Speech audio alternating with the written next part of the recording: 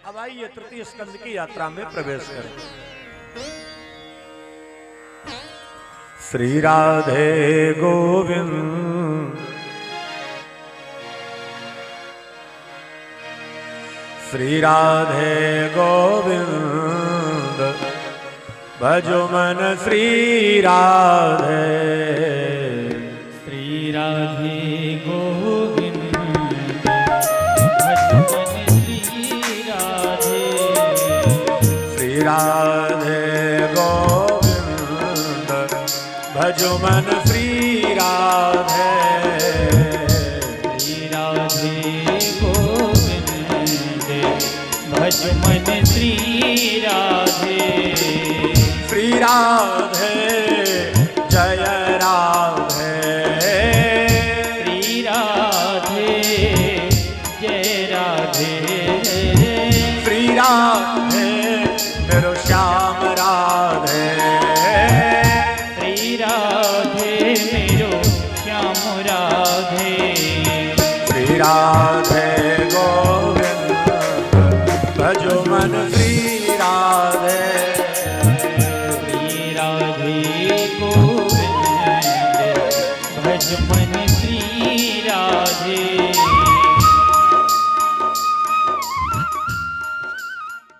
तृतीय स्कंद में भगवान के दो अवतारों की कथा है।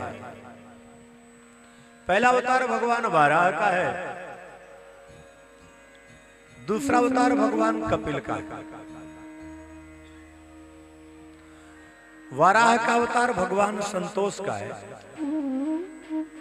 और कपिल का अवतार ब्रह्म विद्या का है। जब तक हमारे आपके अंदर लोभ की वृत्ति है तब तक ब्रह्म विद्या का प्रवेश नहीं होगा। हमारे अंदर ज्ञान आएगा लेकिन ठहरेगा नहीं, और जब तक ज्ञान ठहरेगा नहीं तब तक कल्याण होने वाला नहीं है। और जहां लोभ की वृत्ति होती है वहां ज्ञान ठहरता नहीं। तो भगवान के भक्तों की तीन अवस्था है, ज्ञानी, बैरागी और अल्लाह। जब उद्धव और विदुर से मुलाकात हुई, भगवान के परलोक गमन का समाचार सुनकर विदुर जी भावुक हो गए। भावुक हो गए जब, तब उद्धव ने समझाया और उद्धव ने कहा, विदुर, इस संसार में आपसे बड़ा भाग्यवान कोई नहीं हो सकता। कैसे? जब हमारे प्रभु परलोक गमन की यात्रा कर रहे थे तो केवल आपका नाम लिए, केवल आपका नाम लिए। उन्होंने कहा था, उद्धव, आप बद्रिकाश्रम की ओर जा रहे हो, मार्ग में आपको मेरे चाचा विदुर मिलेंगे,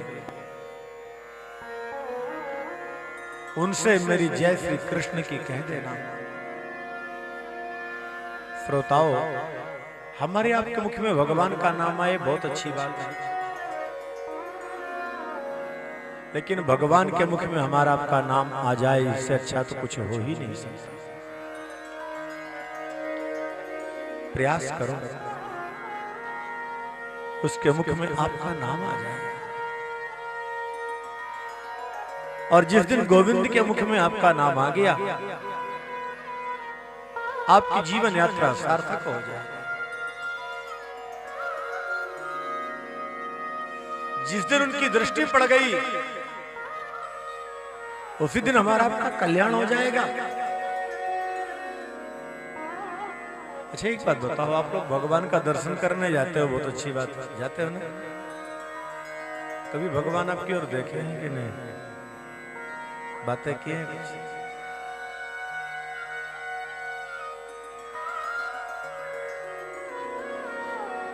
हम किसी व्यक्ति के घर में जाते हैं, 10 बार उसको देखते हैं, और जब तक मेरी ओर न देखे तो संतुष्टि नहीं होते, लगता है एक बार तो देख ले। तो जिस प्रभु के मंदिर में दर्शन करने जाते हैं भक्तों, वो कितनी बार देखा है। आप लोग सिद्धि विनायक का दर्शन तो किए हो ना, गणेश जी का, भाग्यशाली हो। एक बात बताओ, उनकी दृष्टि किधर जा रही है? जहां वो दर्शन दे रहे हैं उनकी दृष्टि किधर है?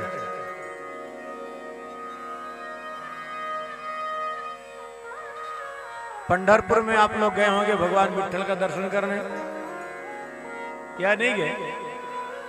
टीवी में देखते रहते हैं लोग आजकल। तो भगवान विट्ठल की दृष्टि कहां जा रही है? बोलिए, आपसे पूछ रहा हूं मामा जी। हो गया? अब ये बताओ, भगवान की दृष्टि किधर जा रही है? जब यही नहीं देख पाए तो भगवान आपको कहां देखें भाई? क्या प्रमाण है? कभी हम लोग इस चीज पर गौर नहीं करते। दर्शन की, चलो चलो हो गया दर्शन। आप जब भी दर्शन करने जाओ तो पहले चरण कमल में दृष्टि डालने के बाद भगवान के, और फिर सीधे उनके नेत्रों की ओर देखो। ये देख कहां रहे हैं? इनकी मुद्रा क्या है? ये क्या चाहते हैं? क्यों? किसी का परीक्षण नेत्रों से तो होता है कि कहां देख रहा है, क्या कर रहा है, कि नहीं होता?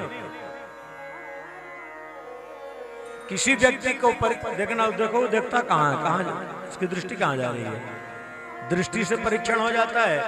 तो व्यक्ति का दृष्टि परीक्षण तो कर लिए, पर जिसके पास गए उसका दृष्टि परीक्षण क्या किया? आपने कभी ये देखा ही नहीं। भगवान विट्ठल की दृष्टि देखिए, एकदम नाक के पास आ रही है। कभी देखिएगा, उनकी दृष्टि एकदम नाक के पास। गुजरात में द्वारिकाधीश हैं, उनकी दृष्टि कहां है? जाते चुके हम।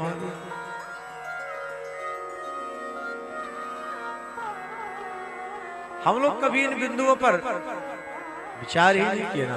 बड़ी यही तो समस्या है। जिस क्रिया से हमारा कल्याण होना है, हम कभी उस पर विचार ही नहीं करते। आप कभी कहीं जाओ, किसी मंदिर में भगवान के दर्शन करने जाओ, तो चरण कमल का दर्शन करने के बाद एक काम जरूर किया करो, उनकी दृष्टि की ओर थोड़ा सा देखा करो। दृष्टि क्या संकेत कर रही है? क्यों? दृष्टि के संकेत से ही सब कुछ मिल जाया करता है। प्रेमी अपने प्रियतम को सबके समक्ष कुछ बोलता नहीं है, पर नेत्रों से ही सब कुछ बोल लेता है। जो उसका प्रेमी होता है, उसके संकेत को समझ के कार्य कर लेता है। उसी प्रकार आप भगवान के प्रेमी भक्त बन के गए हो, तो भगवान की दृष्टि को समझो। भगवान क्या संकेत कर रहे हैं, क्या इशारा कर रहे हैं, आपका कल्याण हो जाए। और जब तक दृष्टि को ही नहीं समझे तो क्या? सारा खेल तो इसी का है। भगवान की दृष्टि पड़ जाए, भगवान के मुख में हमारा आपका नाम आ जाए, ये हमारे आपके लिए परम सौभाग्य की बात है। विदुर जी बहुत रोए, कृष्ण की एक एक लीलाओं को याद कर।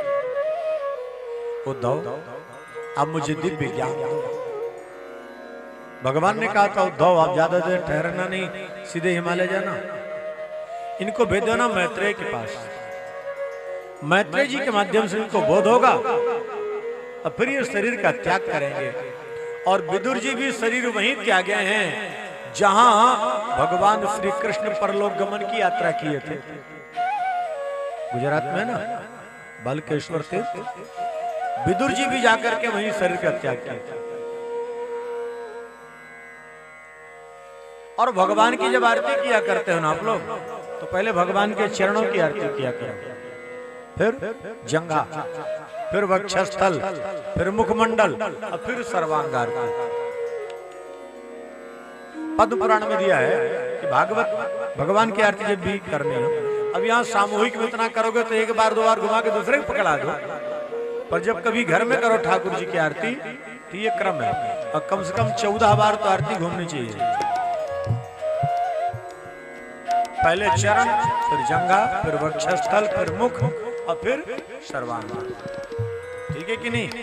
और हम लोग लिए और घुमाना शुरू कर दिए इसे पहले से। आप लोग ना करते होंगे अपनी बात। भगवान की आरती ऐसे किया प्यार से। विदुर जी मैत्रेय जी के पास आए। मैत्रेय माशीन मगाध बोधम। मैत्रेय भगवान के परम भक्त बैठे हैं मस्ती में। अब यहां से ब्रह्मा के द्वारा सृष्टि का जो क्रम है उस क्रम का प्रसंग चलता है। विदुर मैत्रेय के संवाद से भगवान नारायण के आदेश का पालन करते हैं। ब्रह्मदेव लोकों का निर्माण किए हैं। उद्भज अंडज स्वेदज मानसिक सृष्टि जब किए तो सबके सब निवृत्ति मार्ग में जाने लगे। गृहस्थ में कोई आने को तैयार नहीं। तो ब्रह्मा जी को क्रोध आया, लेकिन अपनों पर क्रोध करना अच्छी बात नहीं है। क्रोध को रोकने का प्रयास किया। भ्रुकुट मध्य से नीलवर्ण का बालक प्रकट हुआ। उसने कहा मेरा नामकरण करो। नाम रखा रुद्र। मेरा विवाह करो। ऐसी सृष्टि कि ब्रह्मा को खाने दौड़ी। ब्रह्मा को क्षोभ हुआ, बंद करो।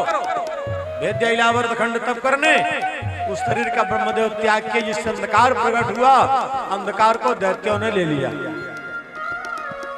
इसके बाद ब्रह्मा के द्वारा पुनः फिर सृष्टि का कार्य हुआ।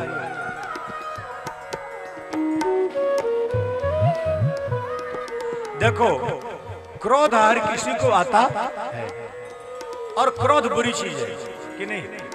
आप लोगों को तो ना आता होगा बिल्कुल। अच्छा, क्रोध आए तो कोई समस्या नहीं है, डरा मत करो। लेकिन एक काम जरूर करना, 6 स्थानों पर अपने आप को क्रोध से बचा लेना, तो ये क्रोध आपका कुछ नहीं बिगाड़ेगा। कितने स्थानों पर? 6। ये पिछली बार तो बता गया था, याद है कि नहीं? सब भूल गए? चलो अच्छी बात। कथा को भूल गए कि हमको भी भूल गए? सब भूल गए। बड़े समझदार से होता है। बोले याद करेंगे तो फिर दोबारा क्या सुनेंगे, भूलते रहते सुनते रहते।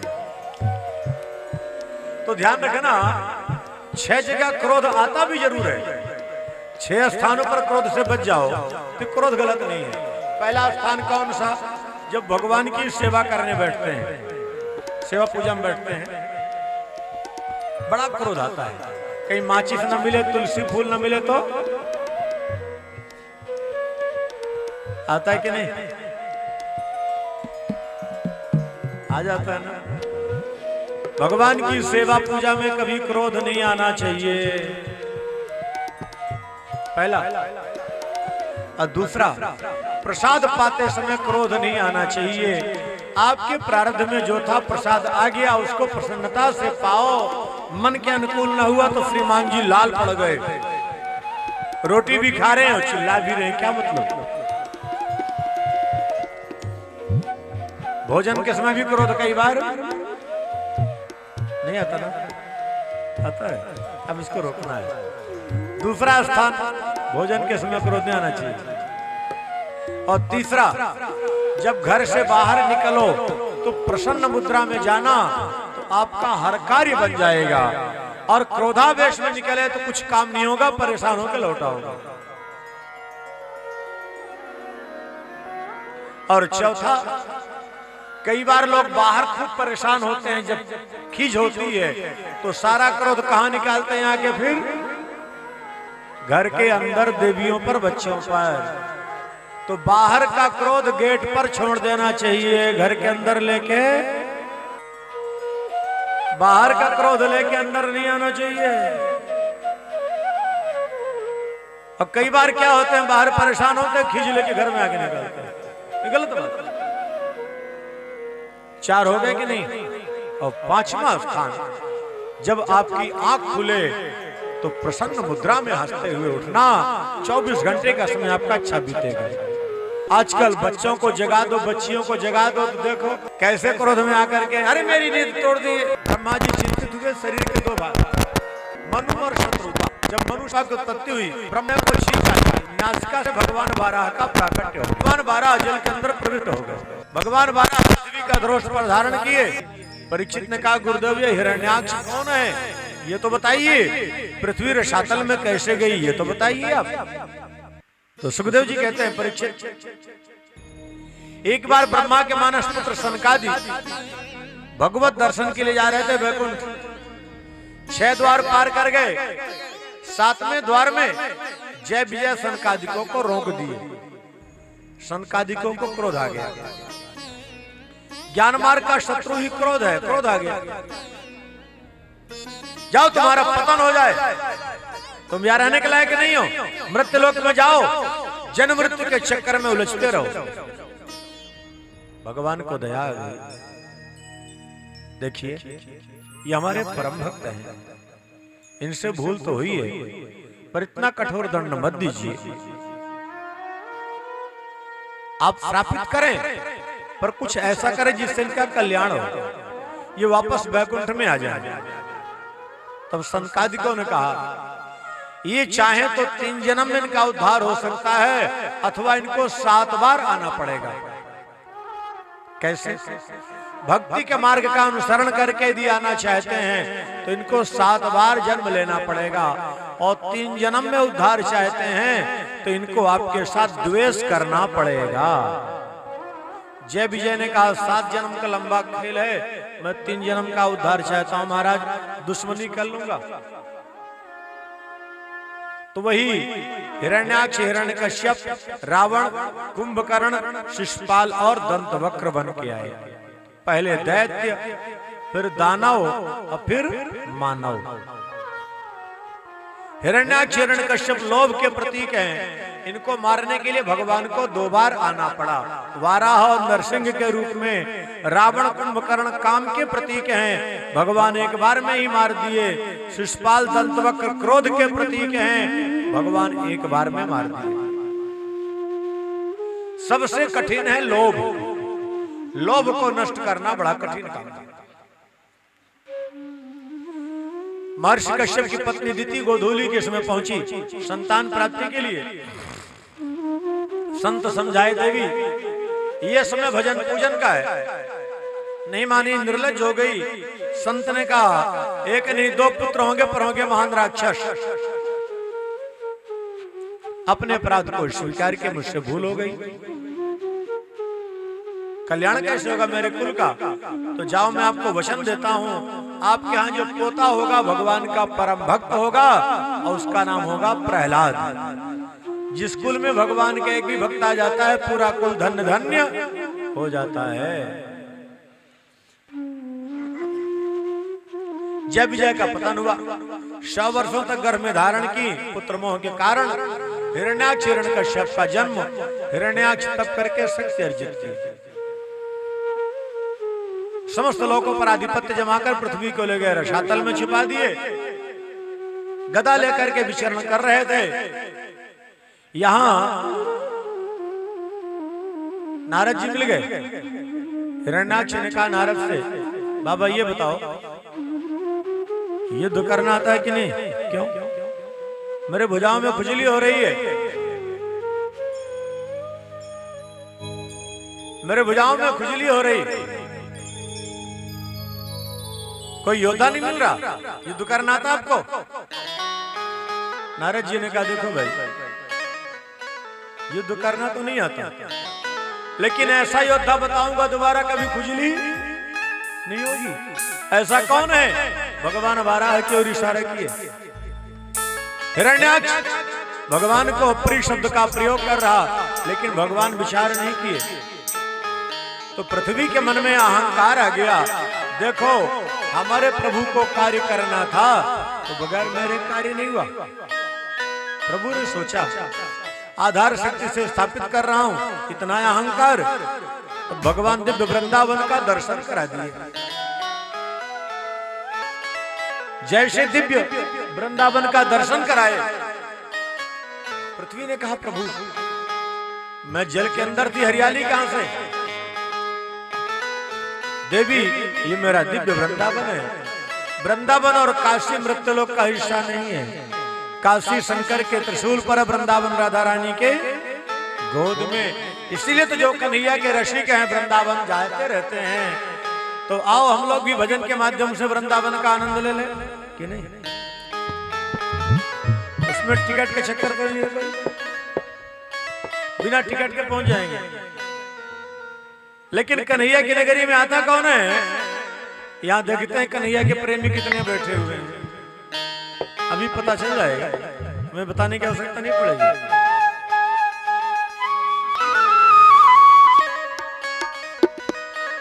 ओ मुरली वाले यार तेरा,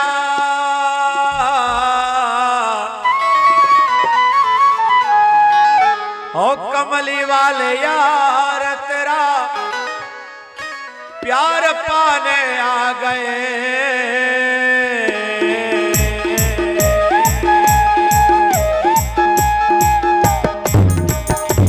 हम वृंदावन, हम वृंदावन, हम वृंदावन आ गए, हम वृंदावन आ गए, हम वृंदावन आ गए, हम वृंदावन आ गए, हम वृंदावन आ गए, हम वृंदावन आ गए, हम वृंदावन आ गए, हम वृंदावन आ गए। ओ मुरली वाले यार तेरा, कमली वाले यार तेरा, कमली वाले यार तेरा, कमली वाले यार तेरा, प्यार पाने आ गए। हम वृंदावन, हम वृंदावन, हम वृंदावन आ गए, हम वृंदावन आ गए। हम वृंदावन आ गए, हम वृंदावन आ गए।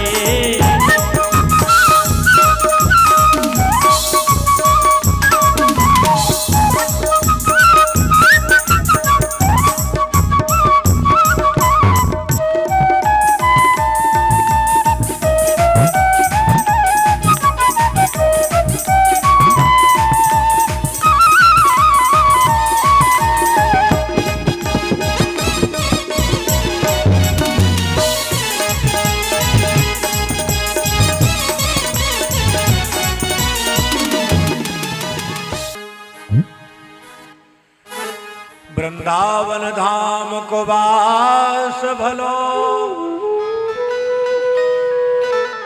जहां पास बहे यमुना पटरानी। जो जन नाई के ध्यान धरे, बैकुंठ मिले तिनको रजधानी। वेद पुराण बखान करें, अरु संत मुनि जिनके मन माने। यमुना यमदूत ही तारत है, भव तारत है श्री राधिका रानी। यमुना यमदूत ही तारत है, भव तारत है श्री राधिका रानी। कभी कभी गुनगुनाया करो क्या? तन वृंदावन मन वृंदावन, तन वृंदावन मन वृंदावन, तन वृंदावन मन वृंदावन, तन वृंदावन मन चल वृंदावन जय वृंदावन, वृंदावन जय वृंदावन, चल वृंदावन जय वृंदावन, वृंदावन जय वृंदावन मन वृंदावन, तन वृंदावन मन वृंदावन, धन वृंदावन चल वृंदावन, धन वृंदावन चल वृंदावन, जय वृंदावन मन वृंदावन।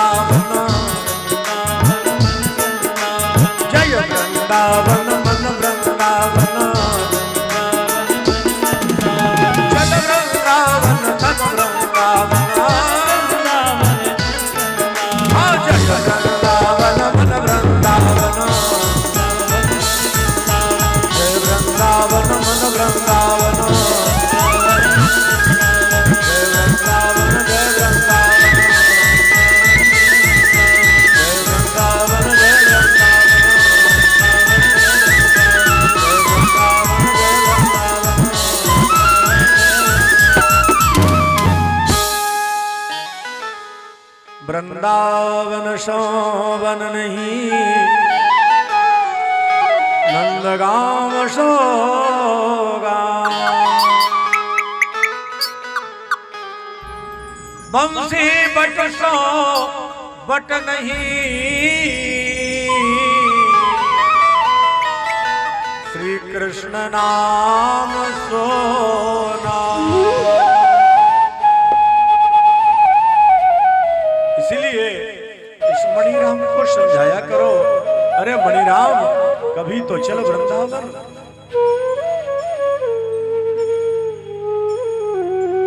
भगवान ने कहा देवी ये मेरा दिव्य वृंदावन है।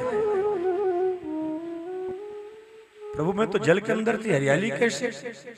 भगवान ने कहा देवी मुझे सृष्टि के कार्य में आपकी आवश्यकता नहीं है,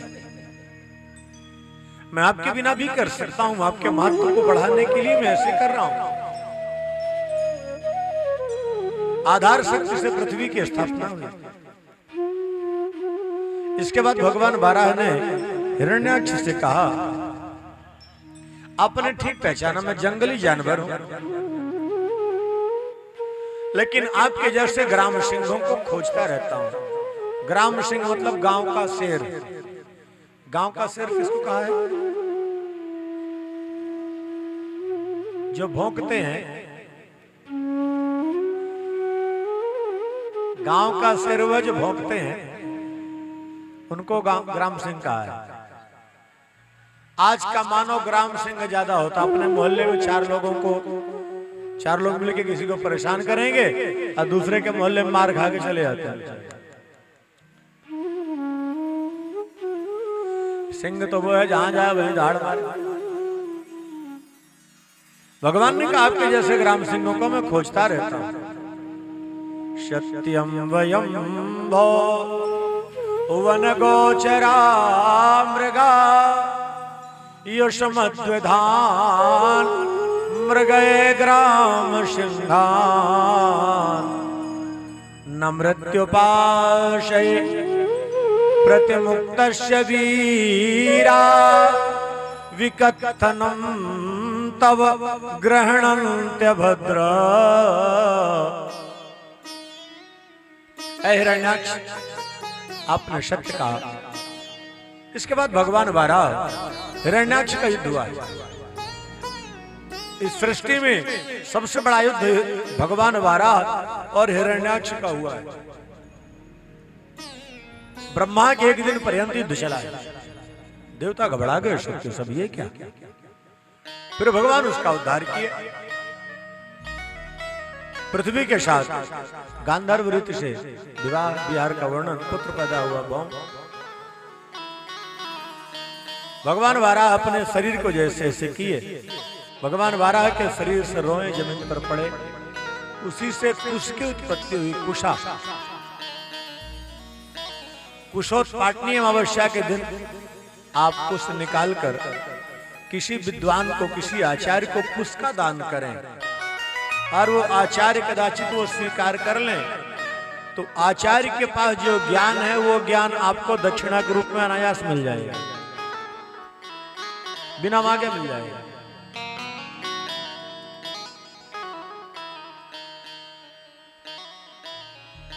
कुशोत्पाटनी अमावस्या, कुश निकालते हैं, भाद्रपद की अमावस्या होती है ना, उसमें किसी आचार्य को कुश का दान करो। और वैसे भी कोई भी पवित्र कार्य हो, कुश होना जरूरी है। कुश। इसके बाद मनु जी के 2 पुत्र, 3 पुत्रियों का वर्णन है। उत्तानपाद, प्रियव्रत ये बेटे हुए, देवहूति, आकुति और प्रसूति ये कन्या हुई। देवहूति परम सुंदरी थी। जब विवाह के योग्य हुई तो माता पिता को चिंता हुई।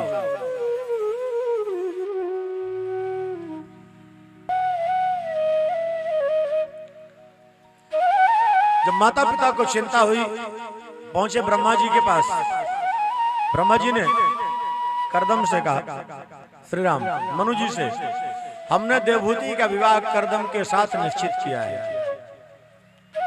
या नारायण जी करदम के समक्ष प्रकट हो गए, बोले बेटा आपको विवाह करवाना है। ठीक है प्रभु, आपकी जो आज्ञा।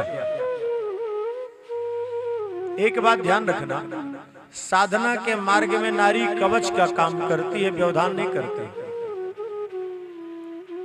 जो लोग तर्क देते हैं कि भजन पूजन में व्यवधान पैदा होता है, ये उनकी अज्ञानता है। और जिसके जीवन में नारी कवच रूप में है, वही भगवान को प्राप्त कर पाए हैं। माता अनुसुईया कवच रूप में अत्रि के साथ न होती तो अत्रि जी को भगवान का दर्शन नहीं होता। इसीलिए भजन पूजन साधना में नारी कवच है। और नारी का जहां अनादर होता है, नारी का जहां अपमान होता है, वहां दरिद्रता का वास होता है, देवताओं का निवास नहीं होता। नारी का अपमान नहीं करना चाहिए। नारी शक्ति है। यत्र नार्यस्तु पूज्यन्ते रमन्ते तत्र देवता। जिस घर में नारी का आदर सत्कार होता है, देवताओं का वहां निवास होता है। क्या बॉम्बे की बात नहीं है, एक जगह कहीं और की बात थी। ऐसे नारी की बात चली तो एक श्रीमान जी बोले महाराज आप लोग ऐसी व्याख्या कर देते, हमारे घर की नारी तो दुर्गा है। अब तो और पानी नहीं मिलेगा। तो हमने उनसे पूछा, भले आदमी मुझे एक बात बताओ, अच्छा देवियों सज्जनों आप लोगों से पूछ रहा हूं, दुर्गा किसकी सवारी करती है? शेर की, ठीक है ना। जब श्रीमान जी शेर बनेंगे तो देवी को क्या बनना पड़ेगा?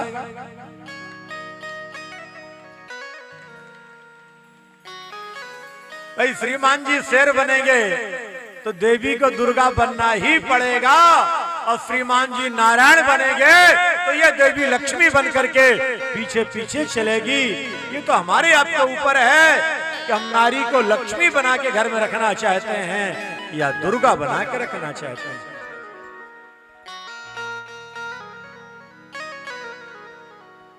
और जिसके जीवन में नारी सहायक हुई है, भगवान का दर्शन सोधी को मिला है। सुदामा जी भगवान को मिले हैं, पर भेजने वाली तो उनकी नारी ही है। तुलसी जी को राम जी मिले हैं, पर भेजने वाली तो नारी ही तो है। नारी का अपमान नहीं करना है।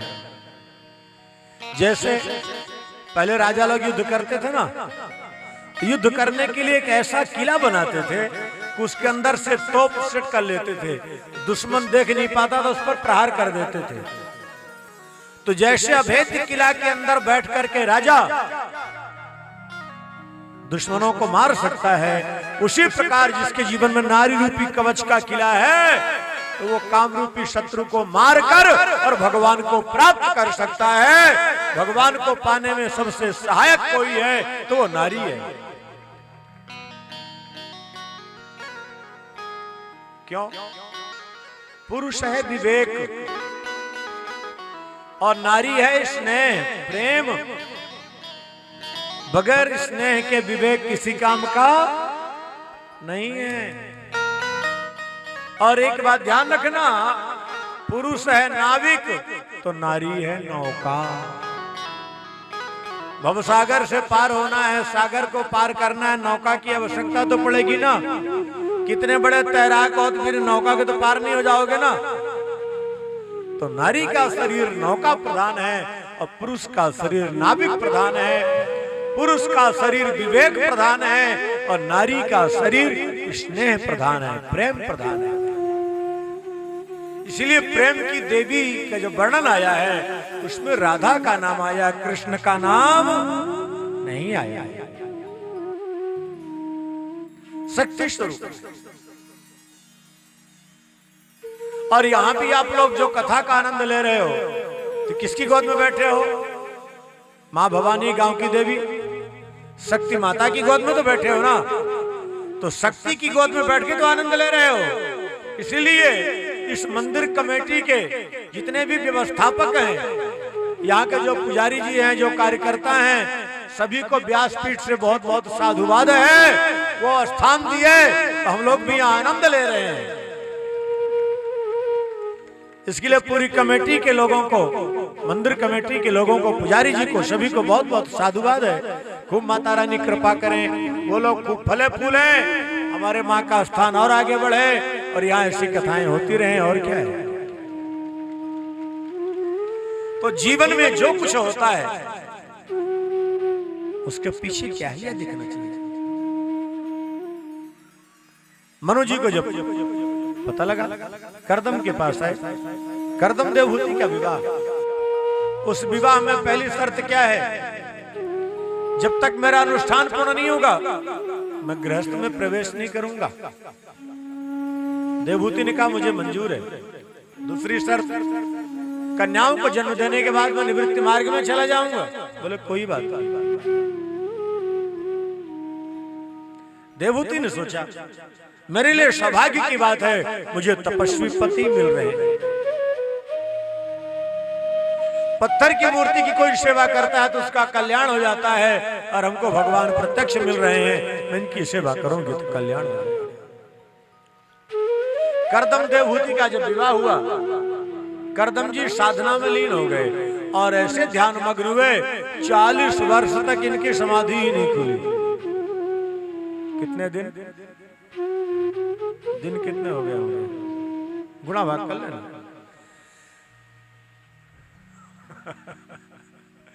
40 वर्ष तक इनकी समाधि नहीं खुली, ऐसे साधना में लीन हुए।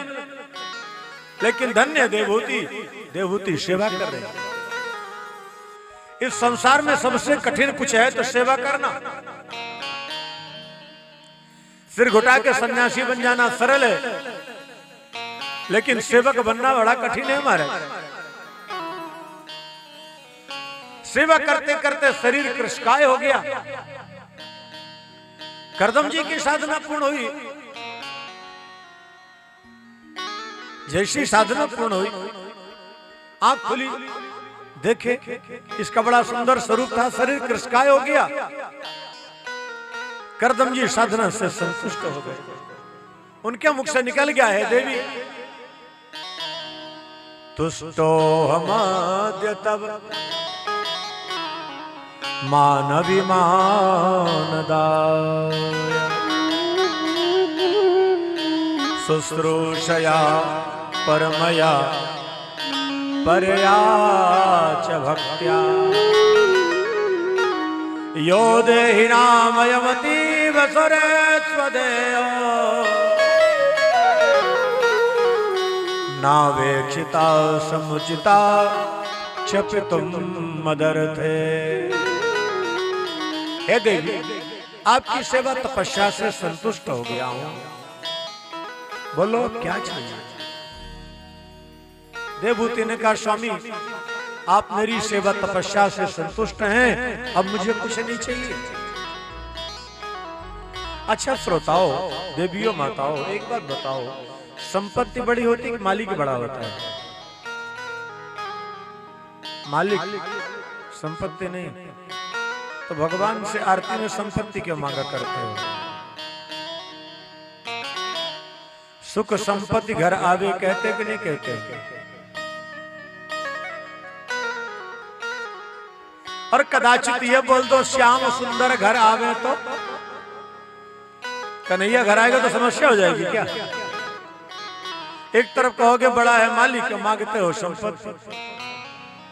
झूठ बोलते हो कि नहीं?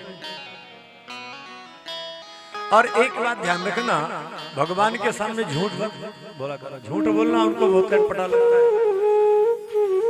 आप लोग झूठ में बोलते होंगे, लेकिन प्राय लोग आरती में झूठ बोलते हैं। क्या कहते हैं? तन मन धन सब कुछ, अब मकान,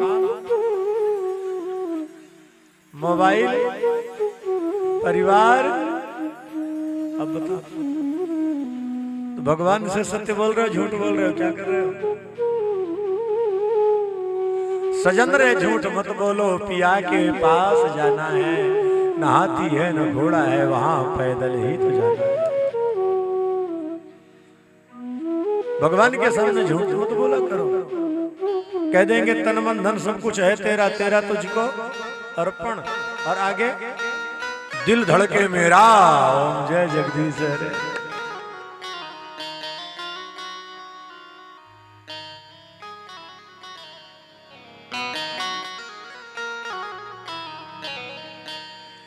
भगवान के सामने कम से कम ये तो बोला करो।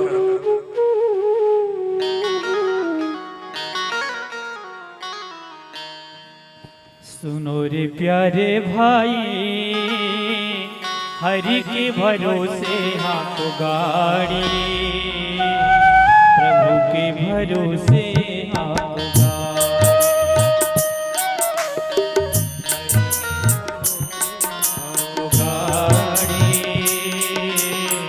प्रभु के भरोसे हाथ गाड़ी।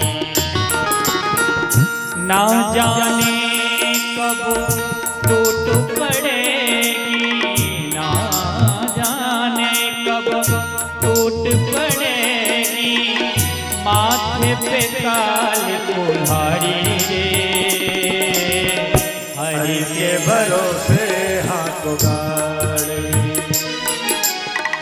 हरि के भरोसे हाथ गाड़ी, प्रभु के भरोसे हाथ गाड़ी।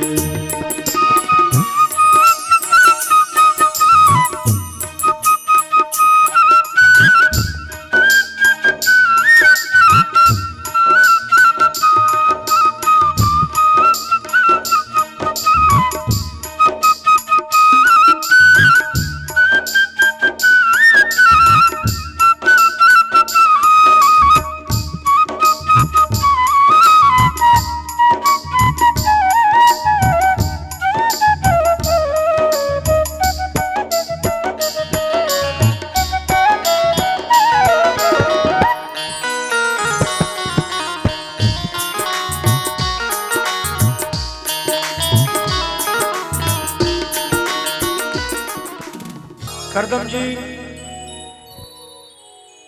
देवहूति से कहते हैं, देवी आपकी सेवा तपस्या से संतुष्ट हो गया हूं, बोलो क्या चाहिए। देवहूति ने कहा, स्वामी आप मेरी सेवा तपस्या से संतुष्ट हो गए, अब मुझे कुछ भी नहीं चाहिए। क्यों? जितना आप दे सकते हो उतना हम मांग नहीं सकते। करदम जी समझ गए। एक दिव्य कुंड प्रकट की, उसमें प्रवेश कराए। देवहूति परम सुंदरी बन के आ गया।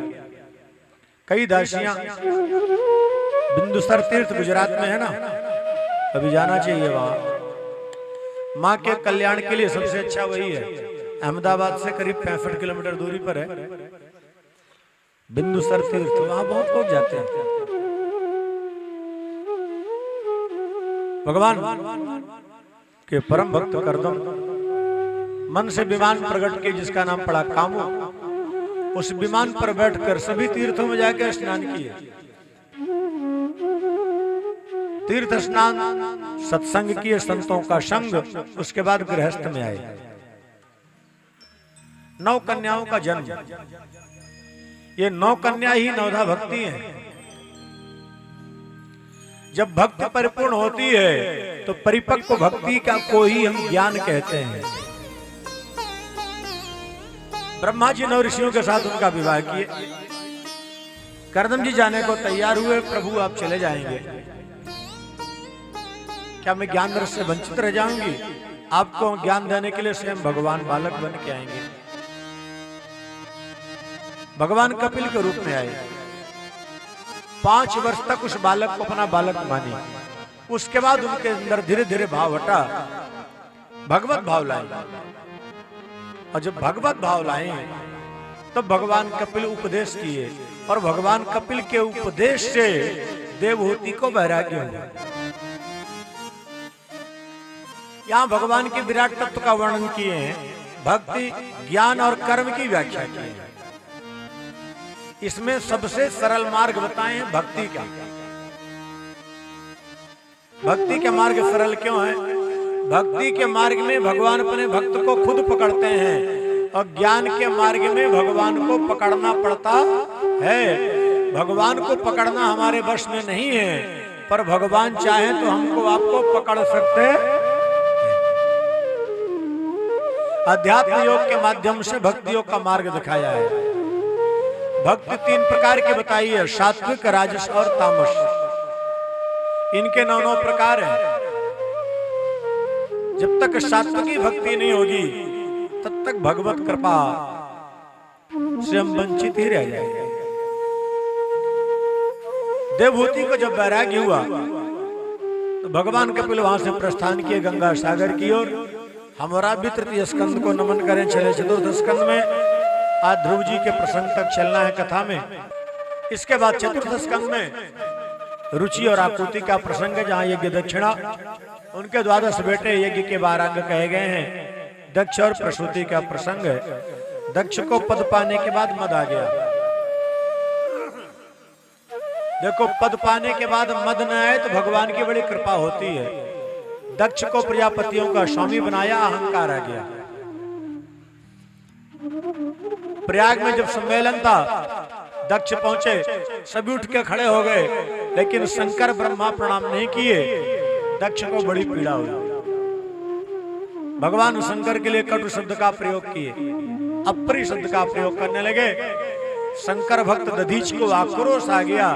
भगवान शंकर तो आशुतोष है, उनको कोई कुछ कहता रहे, कोई अंतर पड़ता, वो तो मस्ती मस्त रहते हैं। वो मस्ती में मस्त रहते हैं, हमको कुछ फर्क नहीं पड़ता। लेकिन ये कर्मकांडियों को, कर्मकांडी शिव भक्तों के एक दूसरे को श्राप दिए। दक्ष ने कहा, इस अधम को आज के बाद एक में भाग नहीं मिलेगा और इसका श्री गणेश मैं ही करूंगा। प्रयाग में जहां सम्मेलन है, प्रयाग के बारे में आप लोगों को कई बार बताया हूं, पिछले बार बताया गया था।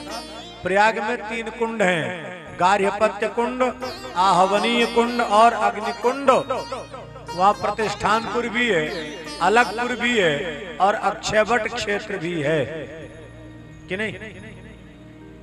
प्रयाग के किनारे वालों से पूछ रहा हूं। प्रतिष्ठानपुर का अपभ्रंश करके नाम हो गया झूसी, अलगपुर का अपभ्रंश करके नाम हो गया अरेल, और अक्षयवट तो है ही है। जब कभी प्रभु कृपा से प्रयाग में जाओ तो एक बार प्रयाग में जो माघ मेला लगता है ना, उसकी प्रदक्षिणा कर लो। उस परिधि की बास्की, ये अक्षयवट के पास परिक्रमा शुरू होती है बास्की नाम तक, वहां से गंगा पार करके झूसी तरफ से होकर लौट के आ जाओ। तो जितने ब्रह्मांड में देवी देवता हैं, सबकी परिक्रमा का फल प्राप्त हो जाता है। प्रयाग में जो जाते हैं, कुछ लोग करते हैं, आप लोग तो किए होंगे कभी ऐसा कि नहीं? करने की आवश्यकता नहीं है, चलो ये कभी करना चाहिए। दक्ष कहते हैं कि मैं इसको भाग नहीं मिलेगा, इसका श्री गणेश कौन करेगा? हरिद्वार कनखल गंगा के तट पर एक का आयोजन, सबके लिए आमंत्रण पत्र है। भगवान शंकर के लिए न कोई यज्ञ में भाग, न कोई आमंत्रण पत्र। देवता विमान पर बैठ के जा रहे हैं, देवियां जा रही हैं। सती ने पूछा, स्वामी ये सब कहां जा रहे हैं? बोले आपके पिता यज्ञ कर रहे हैं, सब वहां जा रहे हैं, मुझे भी चलना चाहिए। नहीं, हमारे कारण आपसे द्वेष किए हैं, इसलिए उस यज्ञ में जाना ठीक नहीं है। भगवान शंकर समझाए, सती नहीं मानी, तब शंकर चुप हो गए। आप किसी को 1 बार 2 बार 3 बार समझाओ, बात मान जाए ठीक है, न माने चुप हो जाओ। एता बुद्धता विराम शंकर प्रत्यंगनाशम युवेत्र चिंतन सूर्य परिसंगिता भवान निष्क्रामति निर्विष्टिर दासा। एता बुद्धता विराम शंकर पत्यंगनाशम युवेत्र चिंतन सूर्य दृक्षु परिसंगिता भवान निष्क्रामति निर्विष्टि दुधासा। सती पहुंची पिता के यज्ञ में। भगवान शंकर का कहीं भाग न देखकर सती को बड़ी पीड़ा हुई। अपना अपमान भूल गए, लेकिन शंकर का अपमान नहीं सह पाई। सती शरीर का त्याग कर दी। यज्ञ में हाहाकार मच गया। कुछ शंकर के गण मारे गए, कुछ जान बचा के भागे। भगवान शंकर सनकादिकों के साथ ज्ञान चर्चा में मस्त। उनको पता लगा एक केस जमीन पर फेंके वीरभद्र का प्राकट्य। क्या आदेश प्रभु? दक्षम से यज्ञ मधुबटा नाम, उस अहंकारी दक्ष के यज्ञ को नष्ट कर दो। वीरभद्र दक्ष की विध्वंस किए, दक्ष का सिर तोड़ के डाल दिया हवन कुंड में। देवताओं को दंडित किए, देवता सबके सब भगवान शिव की शरण में गए। भगवान शंकर तो आज तो शीघ्र प्रसन्न होने वाले, प्रसन्न हो गए कि मंडप को ठीक किया। बकरे का सिर लाकर दक्ष के धड़ से जोड़ा गया। बकरे का सिर क्यों लगाया? जो शंकर का अपमान करते हैं उनको अगले जन्म में बकरा ही बनना पड़ता, और जो बकरा बनते हैं तो अपनी मौत नहीं मरते, वो कसाई के द्वारा काटे जाते हैं। इसलिए शंकर की बुराई नहीं करनी चाहिए। शिव पुराण में दिया है, शिव विद्वेषणम दृष्ट्वा सचैलम स्नानमाचरे। शंकर से द्वेष करने वाले को देखो तो वस्त्र के सहित स्नान कर लेना चाहिए। नारायण शंकर सब एक हैं, इनमें द्वेष मत करो, भ्रमित मत हो। इसके बाद सती के शरीर को लेकर भगवान भावुक हो गए। नारायण जी चक्र के द्वारा उनके अंगों को काटे हैं। एक एक अंग जहां पड़े वहीं भगवती शक्तिपीठ के रूप में प्रकट हो गए। बाद में पर्वतराज हिमालय के यहां तप करने पर पार्वती के रूप में आई हैं। शिव भक्त लोग शिव रात्रि पर शंकर की सेवा करते हैं और माता पार्वती का उत्सव मनाते हैं कि नहीं? जन्मोत्सव। माता पार्वती के जन्मोत्सव कब मनाते हैं? शंकर जी का तो शिवरात्रि मना लेते हैं, और माता पार्वती किस तिथि पर आई हैं? क्या भाई जयराम जी? माता पार्वती आई हैं चैत्र शुक्ल पक्ष नवमी तिथि में मध्यरात्रि। राम जी आए हैं मध्य दिवस में, माता जी आई हैं मध्यरात्रि में। अब ध्यान रहेगा, शंकर के उपासकों को माता पार्वती का प्राकट्योत्सव भी मनाना चाहिए। चैत्र शुक्ल पक्ष नवमी तिथि में मध्यरात्रि में पार्वती हैं। पर्वतराज हिमालय के पुत्री बन के आई थी। अब ध्यान रहेगा तो भूल जाएंगे। पिछले बार भी ये बात मैं बता के गया था यार, मुझे याद है क्या क्या बता के गया हूं, पर दोबारा बताना पड़ रहा। सोचा था कुछ नई बात बताऊंगा तो पहले वाली बात भूल गए, और नहीं बताएंगे तो समस्या ना हो जाए। इसके बाद शिव पार्वती का प्रसंग। अब आइए भगवान के परम भक्त ध्रुव का प्रसंग क्या है उसका आनंद लेते हैं। इसके बाद फिर वाणी को विराम देंगे, आरती प्रसाद लेके आप लोग प्रस्थान करेंगे। घड़ी देखने लगे हैं, मैं घड़ी सामने रखता हूं, देखता रहता हूं, घड़ी न देखें आप लोग। श्री कृष्ण गोविंद हरे मुरारे, हे नाथ नारायण वासुदेव। कृष्ण गोविंद हरे मुरारे, हे नाथ नारायण वासुदेव। श्री कृष्ण गोविंद हरे मुरारे, हे नाथ नारायण वासुदेव। श्री कृष्ण गोविंद हरे मुरारे, हे नाथ नारायण वासुदेवा। हे नाथ नारायण वासुदेवा, हे नाथ नारायण वासुदेवा।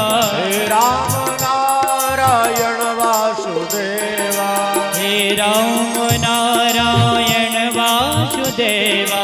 हे नाथ नारायण वासुदेवा। श्री कृष्ण गोविंद हरे मुरारे, हे नाथ नारायण वासुदेवा। श्री कृष्ण गोविंद हरे मुरारे, हे नाथ नारायण वासुदेवा। भगवान के दो भक्त बड़े विलक्षण हुए हैं, ध्रुव जी और प्रहलाद जी। प्रहलाद जी बैठे हैं निष्काम कर्म घाट पर, और ध्रुव जी बैठे हैं सकाम कर्म घाट पर। महाराज उत्तानपाद की दो पत्नियां थी, सुनीति और सुरुचि। महाराज सुनीत से बहुत प्यार करते थे, लेकिन सूरज के चक्कर में पड़कर महाराज सुनीत का त्याग कर दिया। सुनीत बड़ी भोली भाली थी और सुरुचि ज्यादा चतुर होशियार थे। भगवान सदैव उसी का साथ देते हैं जो भोले भाले होते हैं। सब भगवान के ही बनाए हैं, लेकिन जो भोले भाले होंगे उन पर भगवान की विशेष कृपा होती है। सुनीति प्रभु से प्रार्थना करती हैं कि हे प्रभु, मेरी गोद सुनी भले रखो, मेरी छोटी बहन सूरज की गोद भर दो। सूरज कहती, प्रभु मेरी गोद तो भरना, लेकिन मेरी सौत की गोद को सुनी रखना। जीवन में हर क्रिया की प्रति जो पिता अंगुली पकड़ के चलना सिखाया है, हम क्या कभी उस पिता को देख पाएंगे? इस संसार में मां से बड़ा कोई भगवान नहीं है। चलता फिरता भगवान है तो कोई मां है। एक गरीबनी मां 4-4, 5-5 बच्चों को पाल लेती है। जब बच्चे छोटे होते हैं तो लड़ाई करते हैं, मां मेरी है, मां मेरी है। और वही बेटे जब बड़े हो जाते हैं, उस वृद्ध मां को रोटी नहीं देते। वो कहता है मां तेरी है, वो कहते हैं मां तेरी है। ऐसे मत करना। मां के आंख से आंसू यदि निकल गए, एक बात ध्यान रखना, फिर कहीं भी आपका कल्याण होने वाला नहीं है। भगवान के श्राप से बच सकते हो, पर मां के असर से कहीं बच नहीं पाओगे। जीवन में माता पिता की सेवा भगवान की सच्ची सेवा है। माता पिता कभी किसी की गलत नहीं होते। आज के बच्चे कह देते हैं महाराज माता पिता हमारे गलत हैं। अरे पगले, माता पिता गलत होते तो तू दुनिया में होता कैसे? जब तू पालने पर पड़ा पड़ा गंदगी कर रहा था, तब तेरी मां गलत नहीं थी, तेरे पिता गलत नहीं थे। आज चलने के लायक हो गया तो माता पिता गलत हो गए। जीवन में मां से सच्चा प्यार कोई नहीं देगा। देवियों माताओं, आप लोगों को तो अनुभव होगा मां का प्यार क्या है। बच्चे क्या समझेंगे? मां का दर्द तो मां बन करके ही जाना जा सकता है। बालक को एक सुई लग जाए तो रोती मां है। जितना दर्द मां को होता है उतना बेटे को नहीं होता। सुनीति पूरे प्रजा को पुत्रवत मानती है। पूरी प्रजा इनके कल्याण के लिए प्रार्थना कर रहे हैं। एक बार महाराज वन में गए शिकार खेलने, न चाहते हुए हठात वहीं ठहर गए जहां सुनीति थी। ध्रुव गर्भस्थ हो गए। कुछ समय के बाद सूरज के गर्भ में बालक आया। दोनों माताएं अपने अपने बच्चों को संभाल रही हैं। बालक की पहली गुरु मां ही कही जाती है। लोग यही पूछते हैं मातृभाषा क्या है। पितृभाषा कोई नहीं पूछता, मातृभाषा पूछता है। मां चाहे तो बेटे को संस्कारवान बना दे, लायक बना दे। सुनीति भगवान की सेवा करती हैं, सत्संग करती हैं। भगवत कृपा से दोनों को एक एक पुत्र रत्न की प्राप्ति हो गई। एक बालक को पिता का, मां का, दोनों को प्यार मिल रहा है। उत्तम को माता पिता दोनों का प्यार मिल रहा, लेकिन ध्रुव को केवल मां का प्यार मिल रहा, पिता का प्यार नहीं मिल रहा। मां ने कहा बेटा अपने से बड़ों को लेट कर प्रणाम करना चाहिए। ध्रुव जी 4 वर्ष के थे। एक बार संतों की टोली जा रही थी। किसी ने कहा नहीं, साथियों के साथ खेल रहे थे, जैसे संतों को देखे जाके चरणों में लेट गए। एक संत उठाकर गले से लगा लिए। धन्य है प्रभु, धन्य है ये बालक और धन्य है इसके माता पिता, कितने अच्छे संस्कार दिए हैं। 4 वर्ष का बालक, किसी ने कहा नहीं और आकर मेरे चरणों में लेट गया। आज तुम्हारा 10 साल का बेटा हो तब भी कहना पड़ता है बेटा प्रणाम कर ले, वो भी प्रणाम नहीं करता। कहीं न कहीं दोष मेरा है, हमने उसको संस्कार नहीं दिए। और जिसके जीवन में संस्कृति संस्कार हो, उससे बड़ा धनवान कोई नहीं है। और जिसके पास संस्कार संस्कृति नहीं है, खाली पैसा है, उससे कंगाल भी कोई नहीं है। संस्कार जिसके पास होते अपने आप कमा लेता है। और पुरुषार्थवादी जो होते हैं वो स्वयं की चद्दर बिछा करके सोते हैं, दूसरे के चद्दर में उनको आनंद नहीं आता। साधक अपना मार्ग खुद चुनता है। ध्रुव जी को गले लगाकर संतों ने कहा प्रभु इस बालक को अपना दर्शन जरूर दे देना। ध्रुव जी जब 5 वर्ष के हुए, आज उनका जन्मदिन था। जिस दिन बालक का जन्मदिन हो, श्रोताओं, भगवान गणेश, द्वादश परम भागवत, सप्त चिरजीवी, इनकी सेवा किया करो। आजकल जो लोग करते हैं केक वेक करो, हम मना नहीं कर रहे हैं उसमें, आप लोगों को अपना भाव है, कोई दिक्कत नहीं, करते हो तो। लेकिन एक काम जरूर किया करो, हो सके तो वहां चक्कू का प्रयोग मत किया करो, चम्मच से कटवा दिया करो बालक से। बालक के हाथ में चाकू मत पकड़ाया करो। बाकी आप लोग करोगे, अपने मन का बताना हमारा कार्य है, इतना तो न किया करो। आज ध्रुव जी का जन्मदिन है। माँ से पूछते हैं, माँ हमारे पिता कौन है? पिता का प्रमाण केवल माँ दे सकती है। पिता कितने कहता रहे मेरा बेटा है, लेकिन जब तक माँ प्रमाण न दे तो पिता के पास कोई प्रमाण नहीं। महाराज हनुमंत लाल जी राम जी के सामने रोते रह गए, मुझे एक बार बेटा कह दो। हनुमंत लाल को राम जी ने नहीं कहा, लेकिन जब माँ जानकी ने कह दिया बेटा सुन सुत तो ही उरण में नहीं, अजर अमर गुणनिधि सुत होहु। जब जानकी ने स्वीकार कर लिया तो राघव अपने आप बेटा कहता। हनुमंत लाल ने कहा प्रभु मैं इस शब्द को सुनने के लिए तरस गया, आपने पहले क्यों नहीं कहा? देखो मैं पहले इसलिए नहीं कहा कि सीता प्रमाण नहीं दी, और जब तक सीता प्रमाण न दे तो क्या प्रमाण? ध्रुव जी आज 5 वर्ष के थे।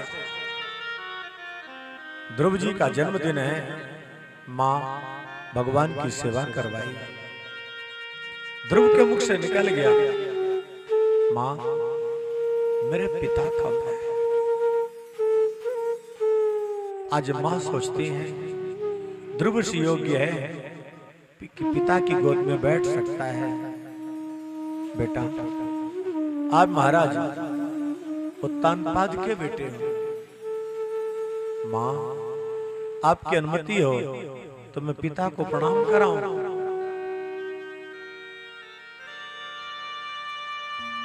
मैं पिता को प्रणाम कराऊं? ठीक है बेटा जाओ। ध्रुव जी चल पड़े। माता पिता दोनों बैठे थे। महाराज उत्तम को गोद में लेके बैठे सिंहासन पर। एकदा सुरचे पुत्रम अंक मारोप्य लालयन उत्तमम नारु रुक्षंतम ध्रुवम राजा नंदत। ध्रुव देखे माता पिता दोनों हैं। सबसे पहले माँ को प्रणाम किए। माता पिता दोनों बैठे हो तो पहले माँ को प्रणाम करना, पिता को बाद में। पिता से ज्यादा अधिकार माँ को होता है। जिस समय राम वनगमन का समाचार माँ कौशल्या को मिला, माँ कांप गई। राघव, यदि बेटा केवल पिता की आज्ञा हो तो मैं आपको आदेश देती हूं, पिता से ज्यादा अधिकार मां को होता है, मैं आपको रोकती हूं। लेकिन माता पिता दोनों यदि बोले हों तो जाओ जाओ, पितु मातु कहे बन जाना, तो कानन सत अवध समाना। ध्रुव पहले मां को प्रणाम किए, साष्टांग लेट गए। इसके बाद जब पिता को प्रणाम करने लगे, पिता सोचते मेरा अपना बेटा है, बड़ा लायक है, गोद में ले लूं। सुरुचि डांट दी। सुरुचि के भय से भयभीत हो गए। उस बालक को इतना याद की शब्दों से, अरे अभागे, तू मेरी सौत की कोख से जन्म लेकर महाराज की गोद चाहता है? तुझे महाराज की गोद चाहिए, अपने आप को तपा और प्रभु से प्रार्थना कर तेरा ये शरीर छूटे और दोबारा जन्म तेरा मेरी कोख से हो, तब तुझे महाराज की गोद मिलेगी। उस बालक को शब्दों से इतना घायल कि बालक का खड़ा गया। कभी किसी को वाणी से घायल मत करना। कुल्हाड़ी से किया गया घाव तो शायद कभी भर सकता है, पर वाणी से दिया गया घाव कभी भरता नहीं। ध्रुव जी आए, मां के चरणों में लिपटकर बहुत रोए। मां भी रो रही है, बेटा भी रो रहा है। पुत्र वत्सला मां अपने बालक के आंख में आंसू नहीं देख पाती। मां बेटे के दर्द, पेट में दर्द हो जाए, बेटा रोने लगे तो बालक से ज्यादा तो मां रोती है। मेरे लाल, तुझे क्या हो गया? क्या समस्या है, बताना। यहां दोनों रो रहे हैं। ध्रुव को इतनी पीड़ा हुई, कुछ बोल नहीं पा रहे। तब तक दासी पुत्र आकर के बोल दिए, बड़ी मां, छोटी मां ने भैया ध्रुव को ऐसा ऐसा कहा। मां सुनी थी, धैर्य धारण की। दीर्घम श्वसन्ते ब्रजेनाश्य पारा मपश्यति बालकमाहबाला।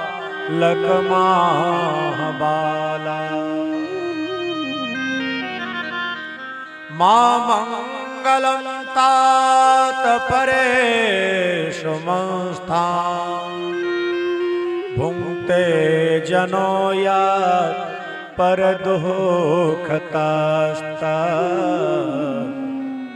ऐ बेटा, छोटी मां के प्रति अमंगल भाव मत लाना, ऐसा मत सोचना।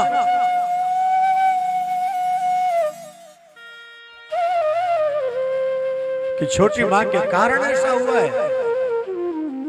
मां, क्या मैं महाराज का बेटा नहीं हूं? मुझे पिता की गोद नहीं मिलेगी क्या?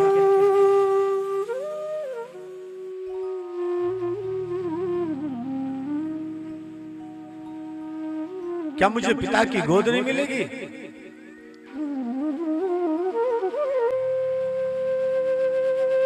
मां के मुख से निकल गया, मेरे लाल, तो मेरी बात मान ले। तो संसारी पिता की गारंटी तो नहीं है, परम पिता परमात्मा के गोद में बिठा सकते हैं।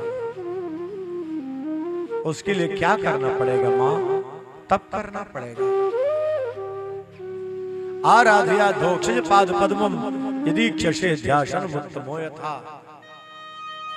देवियों सज्जनों, प्रसंग सुनना सुनाना सरल है, लेकिन कभी उस जगह अपने आप को खड़ा करके देखो।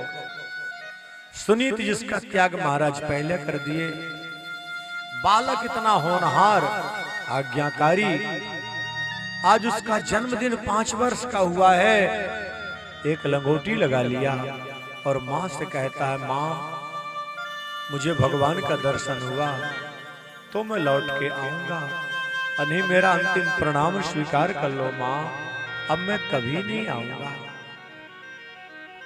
किसी का बेटा ऐसा कह के जाने लगे, बोलो हंस के विदा करोगी क्या? माताएं मरती मर जाएंगी पर जाने नहीं देगी। धन्य हो मां सुनीति, अपने जिगर के टुकड़े को बोली, बेटा ठीक है जाओ। अपने आंसुओं को पी गई है। ध्रुव जी एक लंगोटी लगाए, 5 वर्ष की अवस्था, निर्जन वन में प्रस्थान कर गए। जब तक ध्रुव दिखाई पड़े मां देखती रही, लेकिन जब ध्रुव अदृश्य हुए मां बहुत रोई। बालक कहीं नौकरी के लिए भी जाता है, बेटी ससुराल के लिए विदा हो तो जिस वाहन पर बैठ के जाती है मां तब तक उस वाहन को देखती रहती है जब तक वो वाहन दिखाई पड़ता है,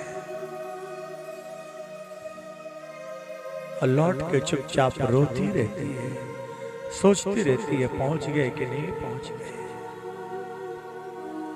ठीक ठाक पहुंचे कि नहीं, यहां कौन पूछने वाला है। वो बालक जा रहा वन में, जैसी अदृश्य हुआ भगवान वासुदेव के विग्रह से लिपट कर सुनीति बहुत रोई है। 6 महीने तक अन्न जल त्याग कर रोती रह गई, हे प्रभु इस बालक के इतने सुकृत कर्म न हो, इसको आपका दर्शन मिले, मुझे नरक भेज देना। लेकिन मां के वचनों पर विश्वास करके आने वाले इस नन्हे से भक्त को अपना दर्शन जरूर दे देना नाथ। यदि आप दर्शन नहीं दिए तो आने वाले समय में कोई बालक मां की बात मानकर आपके मार्ग में नहीं आए। ध्रुव के इस त्याग को, सुनीत के इस क्रंदन को देखकर माता लक्ष्मी रो पड़ी। नारायण जी से कहती, प्रभु इतना नन्हा सा बालक, सुकुमार सा बालक, उस वन में जानवर रहते हैं, खा लेंगे, उसकी रक्षा कीजिए। भगवान थोड़ी सी परीक्षा ले रहे थे। लक्ष्मी जी से नहीं रहा गया, भागी भागी पार्वती के पास गए। बहन आप मेरी सहायता करो। कैसी सहायता चाहिए? क्या चाहिए? मेरा नन्हा सा बालक ध्रुव वन में तप करने के लिए आया है और आपका वाहन सिंह है, वो चाहे तो फिर कोई भी उस बालक को छू नहीं सकते, इसलिए उसके रक्षा का आप भार अपने हाथों पर ले लो। अपने वाहन को आदेशित कर दो, उस बालक की रक्षा कर। भगवान नारायण मुस्कुरा रहे हैं, धन्य हो लक्ष्मी, अपने बालक के लिए इतना चिंतित हो। आपसे ज्यादा चिंता तो मुझे। महाराज को पता लगा ध्रुव वन में जा रहे हैं, सेवकों से कहते हैं उनको लौटा लाओ, तो 5 गांव दे दूंगा, 10 गांव, आधे राज्य का प्रलोभन। लेकिन ध्रुव जी लौट करके नहीं आए। भगवान समझ गए इसका संकल्प दृढ़ है, अपने परम भक्त नारद को भेजे, जाओ नारद अपना दर्शन तो देना है, लेकिन माध्यम तो आप ही बनोगे, बिना आपके माध्यम दर्शन कैसे हो? ध्रुव जी देखे नारद जी को, चरणों में लोटपोट हो गए। नारद उठाकर गले से लगा लिए, बेटा कहां जा रहा है? गुरुदेव भगवान का दर्शन करने के लिए मैं वन में जा रहा हूं, वन में जानवर रहते हैं, खा लेंगे। मुझे इसकी चिंता नहीं है, शरीर की चिंता नहीं है। गुरुदेव, मुझे तो भगवान की गोद चाहिए। तब नारद जी दीक्षा दिए उस बालक को। गुरुदेव की प्रदक्षिणा किए, बेटा जाओ मधुबन, ययौ मधुबनम पुण्यम हरेश चरण चर्चितम। जहां यमुना महारानी है, यमुना कृपा की मूर्ति है, और कृष्ण के भक्तों को, कृष्ण के उपासकों को यमुना की आराधना भी जरूरी है। कालिंदी का मंत्र 11 अक्षर का है, और जब तक कालिंदी की कृपा नहीं होती तब तक भगवान की कृपा भी नहीं होती। कृपा की मूर्ति यमुना है। ध्रुव जी मधुबन में आ गए। मधुबन में क्यों भेज दिया? यत्र सन्निहितो हरि, भगवान का जहां विशेष प्रकाश रहता है। यहां पर भगवान 6 रागों का स्वयं गायन किए थे। ध्रुव जी मधुबन में आए, यमुना में स्नान कर बालू में भगवान का स्वरूप बना दिए। जैसा गुरुदेव ने कहा वैसे प्रभु की सेवा, भगवान की मानसिक सेवा सबसे उत्तम सेवा होती है। गृहस्थ में रहने वालों के लिए तो ठीक है, सामग्री से सेवा करो, लेकिन जो संत लोग होते हैं भगवान की मानसिक सेवा करते हैं। मानसिक सेवा सबसे श्रेष्ठ होती है, और मानसिक सेवा का समय प्रातः काल 4 से 5:30 का होता है।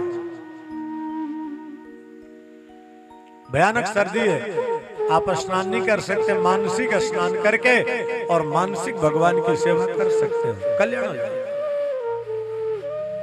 3 दिन के बाद प्रथम मास में कैथा और बेर का फल खाते हैं। दूसरे महीने की साधना में 6 दिन के बाद फल खाए हैं। तीसरे महीने की साधना में 9 दिन के बाद सूखे पत्ते। चौथे महीने की साधना में 12 दिन के बाद जल। 5वें महीने की साधना में वायु का सहारा लिए, और 6ठे महीने में एक पैर से खड़े होकर प्राणायाम साधना।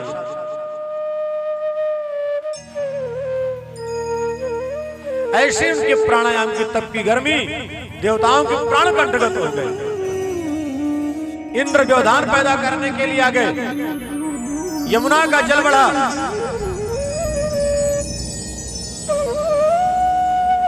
ध्रुव के कंठ तक आ गया। ध्रुव जी विचलित नहीं हुए। नकली सुनीति रोती है, ये विचलित नहीं हुए। सिंह दहाड़ रहा, ये विचलित नहीं हुए।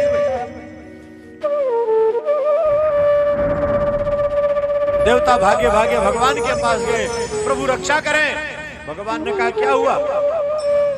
आपका नन्हा सा भक्त ऐसे प्राणायाम साधा है कि हम सबके प्राण संकट में आ गए। भगवान ने कहा उसको दर्शन नहीं दूंगा तो प्रभु रक्षा कैसे होगी? भगवान ने कहा मैं ऐसे भक्त का दर्शन करने जाऊंगा। भगवान भी अपने भक्त का दर्शन करने के लिए आतुर रहते हैं। मंदिर में रहते हो भगवान, कभी बाहर भी आया जाया करो। हम रोज तेरे दर आते हैं, कभी तुम भी हमारे दर आया करो। भगवान प्रकट हो गए जहां ध्रुव जी साधना कर रहे थे, लेकिन ध्रुव की समाधि अच्छी नहीं थी। समझ गए, इसकी आंख नहीं खुलेगी। भगवान अपने स्वरूप को ध्रुव के हृदय कमल में प्रकट कर दिया। जैसे हृदय कमल में प्रकट किए, ध्रुव के शरीर में रोमांच, एक क्षण में वो स्वरूप गायब। ध्रुव जी की आंख खुली, देखा तो सामने भगवान। बोलिए भक्तवत्सल भगवान की जय हो।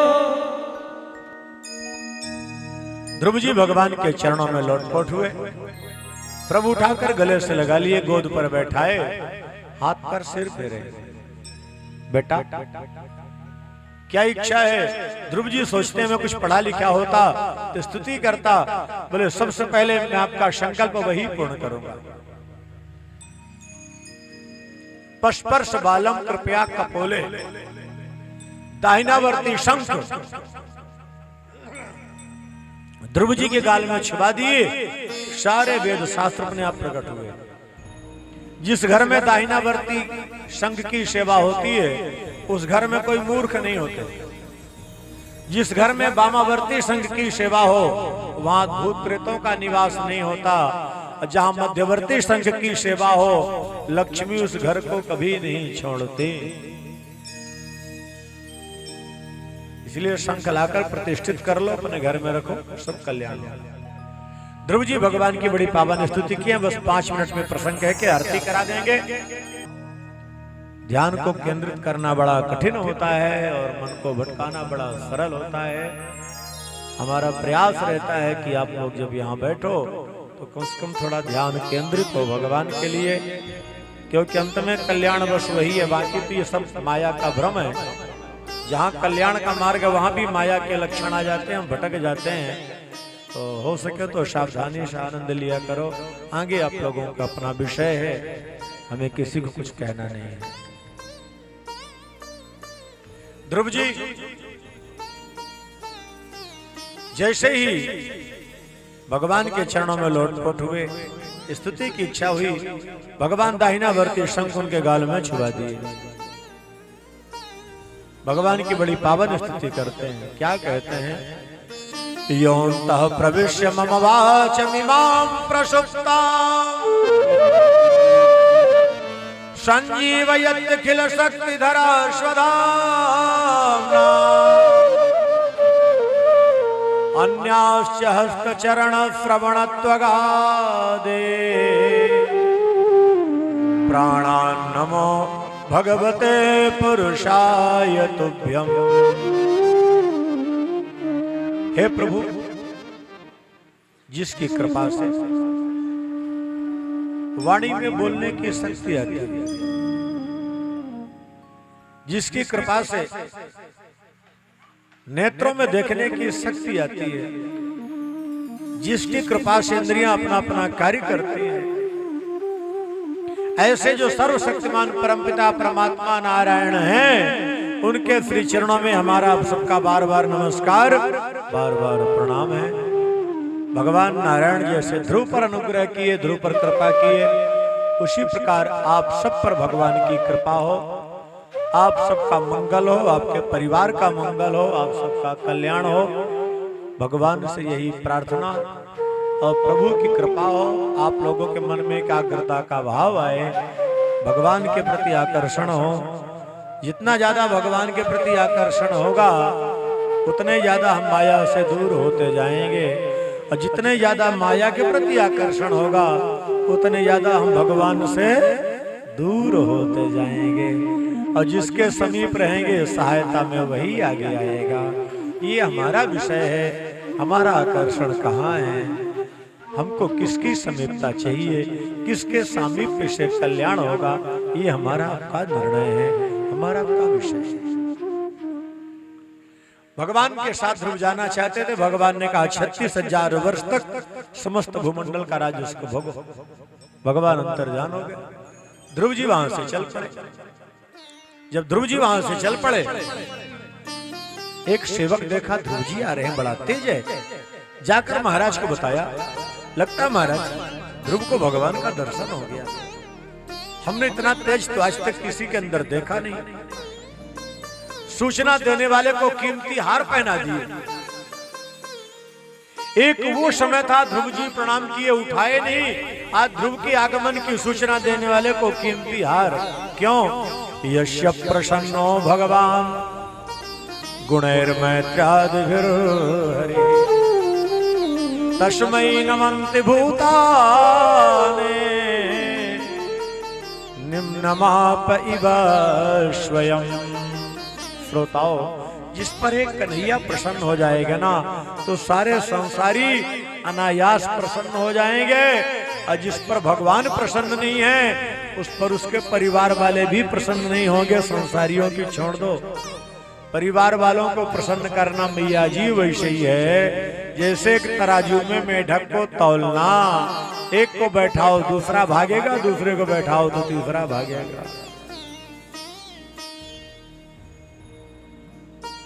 महाराज सुनीत सूरज के साथ चल पड़े। जैसे देखे ध्रुव को रथ छोड़ के दौड़ पड़े। ध्रुव चरणों में लोटपोट हो गए। आज झुक भी नहीं पाए, उठाकर गले से लगाए। बहुत रोए उत्तान। ध्रुव की पीठ गीली कर दी। बेटा तेरे जैसे लायक पुत्र का मैं कठोर पिता हूं, हो सके तो मुझे क्षमा कर दे। पिताजी आप कठोर होते तो मैं लायक कहां से होता। दोनों माताएं खड़ी हैं, सुरुचि और सुनीति। सुरुचि लज्जित हो रही हैं और सुनीति मुस्कुरा रही है। ध्रुव जी पहले सुरुचि को प्रणाम किया। बेटा मुझे क्षमा कर दे, शब्दों की ठोकर बहुत दी। मां असली गुरु तो आप हो। जिंदगी में हमने ठोकर खाई न होती तो मोहन तुम्हारी याद कभी आई न होती। ठोकर लगने के बाद ही तो ठाकुर याद आता है। इसके बाद सुनीत को प्रणाम किया। सुनीत के प्रेमाश्रु टपक गए। बार बार बालक के सिर को चूमती है। लेके गए महल में।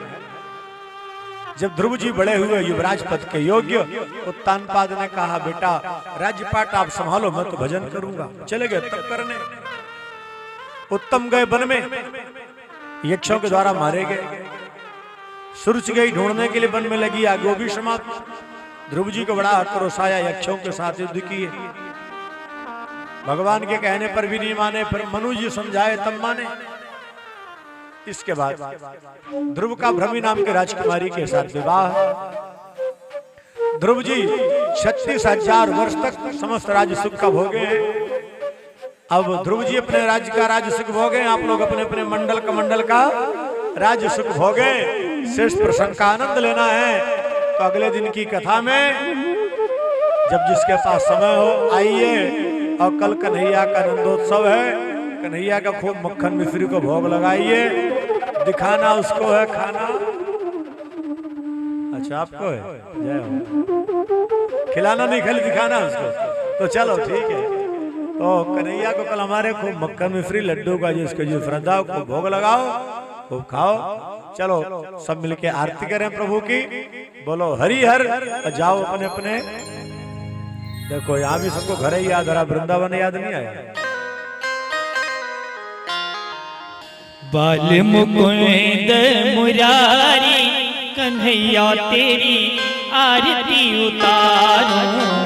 बाल मुकुंद बिहारी कन्हैया तेरी आरती उतारो।